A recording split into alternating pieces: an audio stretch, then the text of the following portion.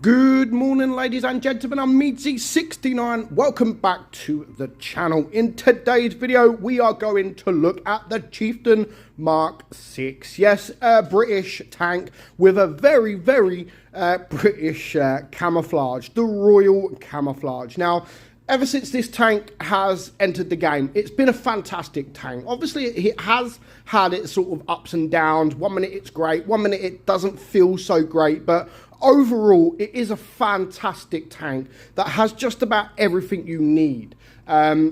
Its flexibility to play in many different kind of positions. The look of the tank, I mean, it looks beautiful, especially with the PBR upgrade. It just looks amazing. And of course, with the British camouflage as well, it makes it, for me, look much better. So, the Chieftain Mk6, it comes for sale quite often, to be fair. And when you play it correctly, it honestly is amazing. The turret is one of the strongest in the game. Obviously, it does have its weak points, the hatch being on top. But if it didn't have that hatch, I think it would be mega OP. So overall, the turret is 350 millimeters strong. So that is very strong. So if you are in a hold down position, the only thing the enemy really got to aim at is that hatch on top. So of course, if you are going to go in a hold down position, you need to try and hide that hatch as much as possible. However, the whole armor not as great at just 127.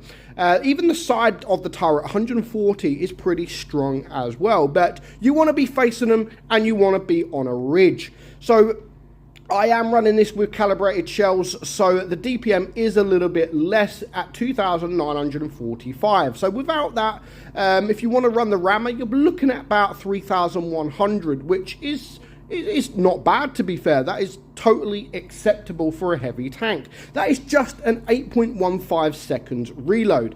Penetration 273 on your AP, 326 on your APCR. So the APCR, I mean, I don't think it's that special, to be fair, considering we are running calibrated shells.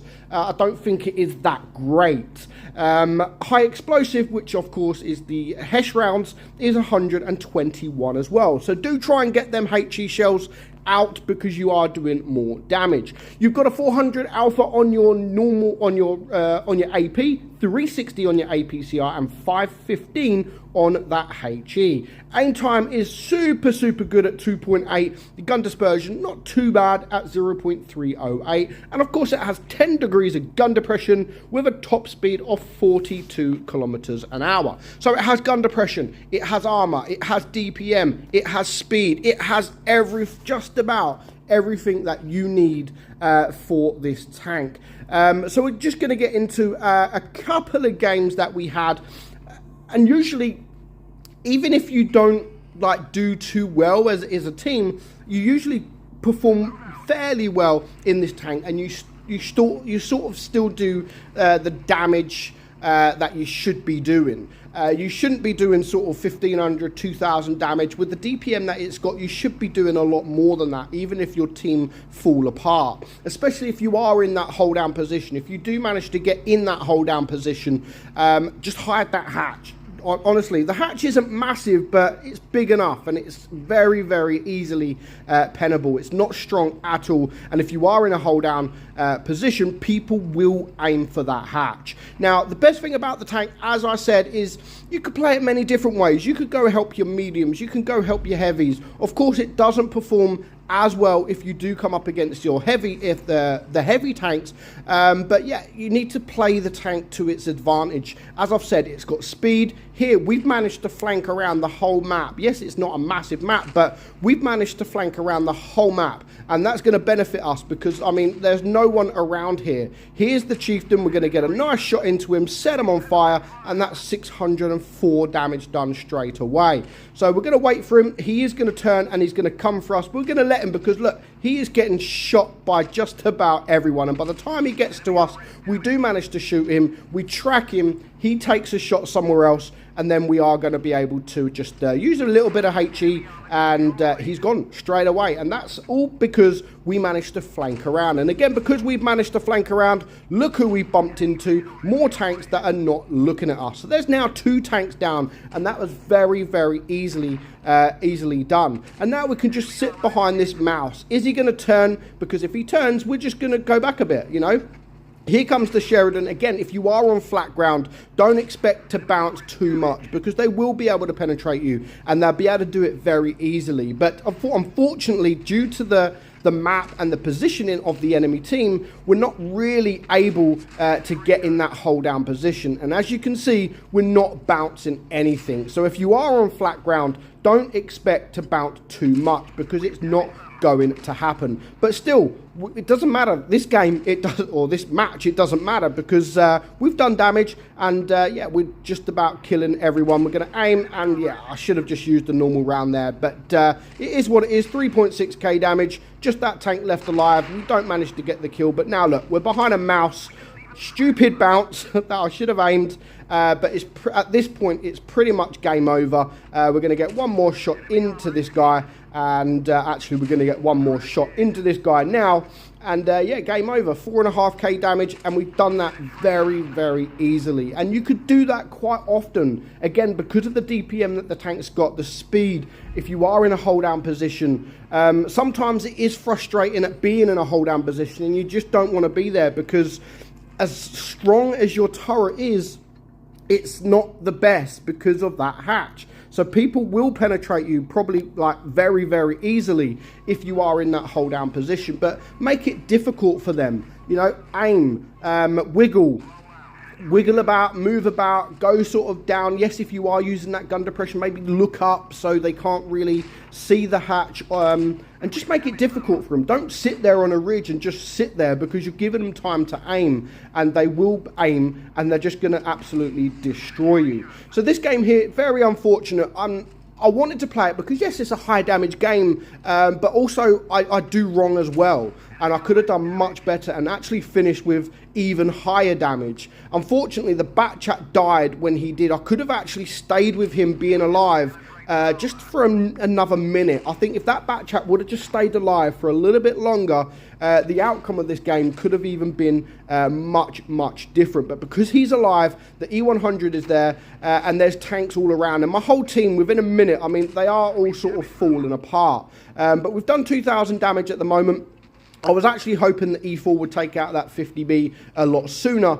But as you can see, there's now 3 tanks down and against 4. But I'm thinking at this point, you know, we've got a full hit point E100 over there. But because he's being chased by 3 other tanks, it's not going to be easy. And his hit points can soon vanish. So this is where I'm thinking, should I have rushed the E100 here? But then I'm thinking, if I'd have rushed him, yes, he hasn't got great DPM, but he's got high alpha.